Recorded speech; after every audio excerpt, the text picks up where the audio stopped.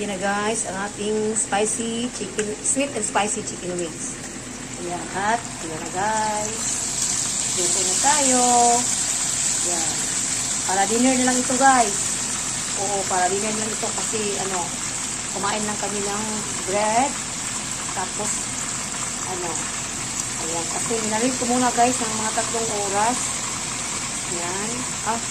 Hindi pala, 2 oras siguro. 2 oras. Ayan. Yan lang aking lutuin guys. Kasi ang sa akin guys yung isda. At ito ang sa akin.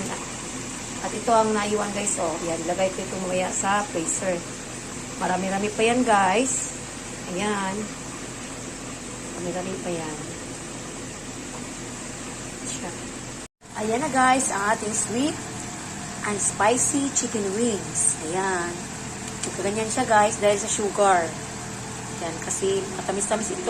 Meron itong tamis na konti guys. Manghang siya, matamis at merong asin na konti. Ayan. Uy, magpisig pa yung ibol.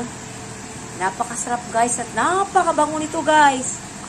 Yan siya at marami pa ang naiwan. Ayan. At mamaya magsasaing na din ako guys.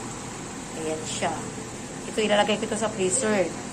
Ayan. At ito siya. Malapit na siyang maluto. Ayan. Thank you for watching guys. I love you all. Bye-bye.